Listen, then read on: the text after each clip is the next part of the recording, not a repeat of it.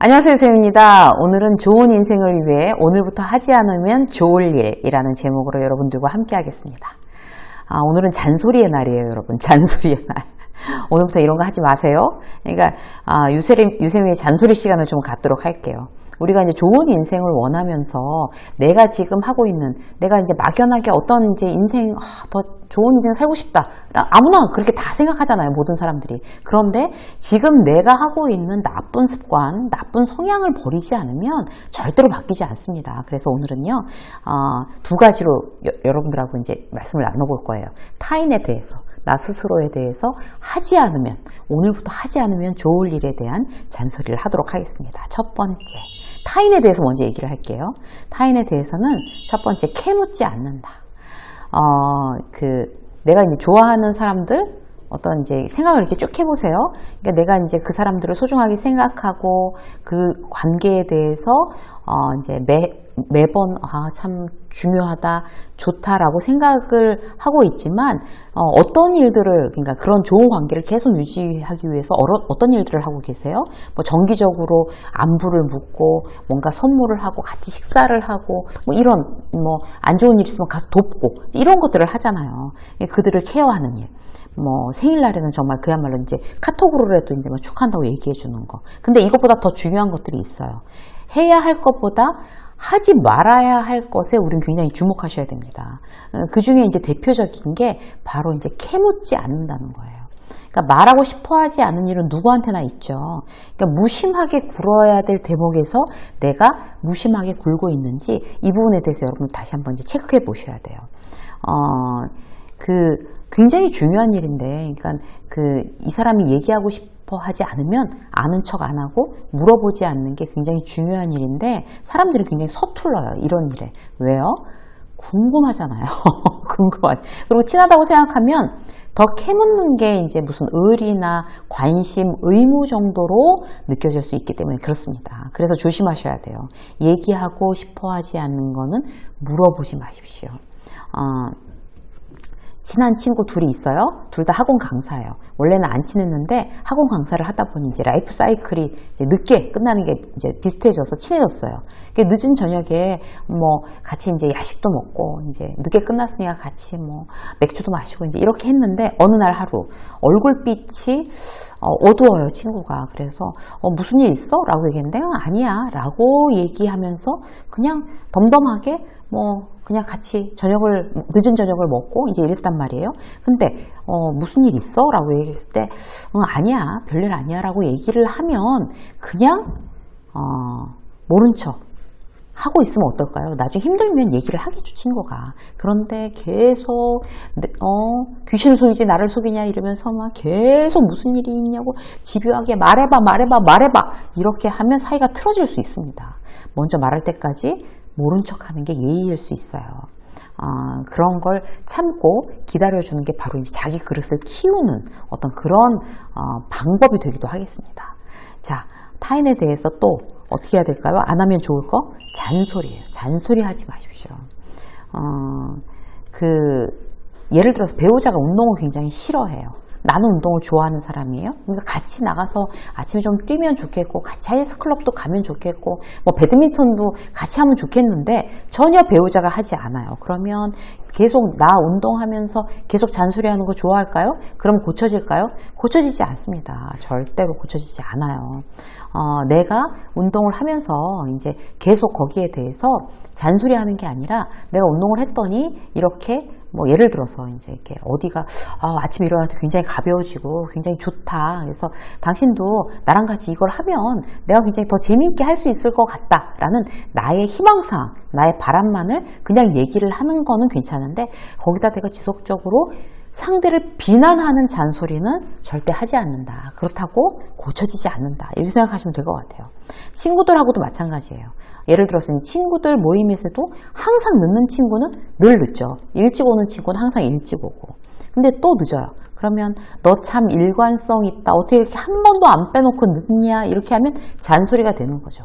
근데 그냥 늦게 항상 저 친구 늦어. 그러면 그냥 그러려니 하고 먼저 온 친구들끼리 놀고 있던가 뭐 너 늦게 오니까 우리 먼저 맛있는 거 시켜서 다 먹는다 막 이러면서 맛있는 거 먹고 있는 게 차라리 나은 거죠.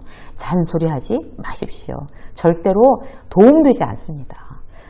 잔소리는요, 지금 이제 여러분한테 이제 제가 얘기하는 것처럼 이렇게, 저희는 우리 만나지 않은 사이잖아요. 이렇게 화면으로 보는 어떤 그야말로, 어떤 직접적인 관계를 맺지 않은 동떨어진 어떤 제3자한테 듣고 본인이 취사 선택할 수 있는 잔소리만이 의미가 있습니다. 그래서 여러분들은 신한, 우리가 이제 계속 관계를 서로 맺고 같이 있는 사람한테는 잔소리하지 않는다. 이거 이제 여러분들께서 꼭 기억하시기 바라겠어요. 자, 두 번째는요, 타인에 대해서 첫 번째 말씀드렸고, 두 번째는 자신에 대해서예요. 자신에 대한 거 첫 번째, 걱정하지 않는답니다. 지금부터 한번 생각해 보세요. 내가 겪고 있는 일들 중에서 걱정해서 걱정하면 조금 더 나아지거나 발전할 일이 뭐가 있었을까? 한번 생각해 보세요, 여러분. 밤잠 설치신 일들 있죠. 그런 일들이 몸만 피곤하게 했지. 밤잠을 설쳤다고 해서 더 긍정적인 영향을 준 게 과연 있었나? 생각해 보면 거의 없을 거예요. 예를 들어서 이제 금리가 올라서 대출이자가 2배가 됐어요. 그러면 내내 돈 걱정을 하는 사람이 있고, 아니면 구체적으로 이제 걱정이 아닌 대응 전략을 짜는 사람들이 있어요. 어떻게 하지?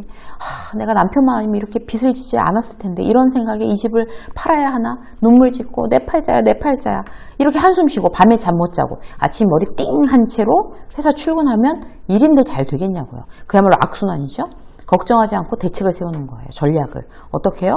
대출이자가 2배가 됐으니까 가게에 빨간불 들어왔다. 그럼 매달 적자인데 빚이 더 늘면 위험한 상황이다. 그러면 현실을 직시하고 원망하거나 후회하지 않고 해결 방법을 몇 가지로 세워서 장단점 분석하는 거예요. 자, 생활비 줄이는 방법. 그럼 어디다가 생활비를 줄여야 될까? 아니면 수입을 늘리는 방법. 투잡을 뛸까? 무슨 뭐 블로그나 SNS에서 돈을 벌어볼까? 집 앞에 있는 뭐 호프집을 인수를 해서 직장 끝나고 동네 친구 몇 명이서 운영을 할까? 제 아는 지인은 진짜로 그래요. 그 아파트 오래 살았기 때문에 친구들이 있는데 그 친구들 몇 부부가 집 앞에 있는 호프집 하나를 인수해갖고 같이 운영을 하더라고요. 굉장히 특이했어요. 뭐 그런 경우도 있고. 이렇게 해서 수입을 늘리거나 아니면 뭐 사교육비, 외식비, 뭐 여행 가는 거, 뭐 골프 이런 거 다 아예 삭제 없애버리고 생활비를 대폭 줄이거나, 이게 바로 대책인 거죠. 걱정한다고 좋아질 일이 하나도 없습니다. 자, 자신에 대해서, 자, 두 번째, 자신을 비하하지 않는다. 자, 뭘까요, 여러분? 자신을 비하하는 건 굉장히 나쁜 습관이죠. 비하하는 사람만 계속 그렇게 하고 자기 자신을 귀하게 여기는 사람은 그런 마음 습관을 또 꾸준히 유지해요. 누구가 어느 쪽이 더 잘 될까요? 너무나 당연한 얘기죠. 사회생활을 하면서 특히 직장에서 지나치게 막 겸손한 거, 그런 태도는 정말 겸손해 보일 수도 있지만 만만해 보일 수도 있으니 굉장히 조심하셔야 돼요. 참 사람이 겸손해 라고 하는 어떤 적당한 선을 지키는 거 대단히 중요해요. 그 선을 한참 넘어버리면 겸손이 아니라 자기 비하가 되는 거예요. 예를 들어서 이런 거죠. 회사에서 이번에 이제 행사 준비하느라고 수고 많이 했어. 사장님이 아주 좋았다고 흡족해 하시네 라고 칭찬을 했어요, 팀장이. 내가 봐도 올해가 제일 잘했어요. 그럼 뭐라고 할까요? 그렇게 말씀해 주시니까 너무 다행이고 기쁩니다. 격려해 주셔서 고맙습니다. 아쉬운 점은 이제 보완해서, 그래도 이제 아쉬운 점이 있으니까 그거 보완해서 내년엔 더 잘해보겠습니다. 감사합니다. 이렇게 말하는 사람이 있고, 아닙니다. 제가 뭐 한 게 있나요? 실수가 너무 많아서 죄송합니다. 이렇게 얘기하는 사람이 있어요. 두 번째처럼 얘기하는 사람은 절대로 겸손해 보이지 않습니다, 여러분. 누군가의 어떤 칭찬에 대해서 굉장히 긍정적으로 리액션하는 거 중요한 일이죠. 그래서 자기 비하는 굉장히 이렇게 위험한 일일 수 있어요. 자, 또 다른 예를 들어볼까요? 일이 안 돼서 속상해서 이제 몇몇이 모여서 저녁을 먹고 있었어요. 근데 거기서 내가 그렇지 뭐 그럴 줄 알았어. 나는 원래 되는 일이 없어. 어쩜 이럴까? 진짜 형편없어. 학교 때부터 그랬어. 난 뭘 해도 참 운이 안 따라줘. 자신을 자꾸 그런 식으로 표현하면요, 주변에 같이 있던 사람도 다 나가 떨어집니다. 아주 특별한 예는 있어요. 그러니까 뭔가 하면 제 지인 중에 정말 훌륭한 디자이너가 있는데 연세도 있으시고, 그분은 계속 나는 바보야, 아는 게 없어, 맹탕이야, 맨날 이렇게 말씀하세요. 근데 이분은 워낙 특출한 재능이 있으니까 그렇게 말해도 주변에서 뭐 그렇다고 해서 그분을 무시하거나 그러지 않아요. 그런데 우리처럼 평범한 사람들은요, 지나치게 자기 비하를 하게 되면 자신에게 독이 된다는 사실을 대단히 명심할 필요가 있습니다. 그래서 누군가와 모였을 때 막 이게 푸념 섞인 말로 난 정말 형편없어라고 자꾸 말하는 거 듣기 싫어해요, 주변에서. 그렇기 때문에 이런 부분을 대단히 조심하실 필요가 있습니다. 자기 비하는 지나치면 안 된다는 사실 여러분한테 다시 말씀드립니다. 유세민 직장 수업 오늘 여기까지 하겠습니다. 고맙습니다.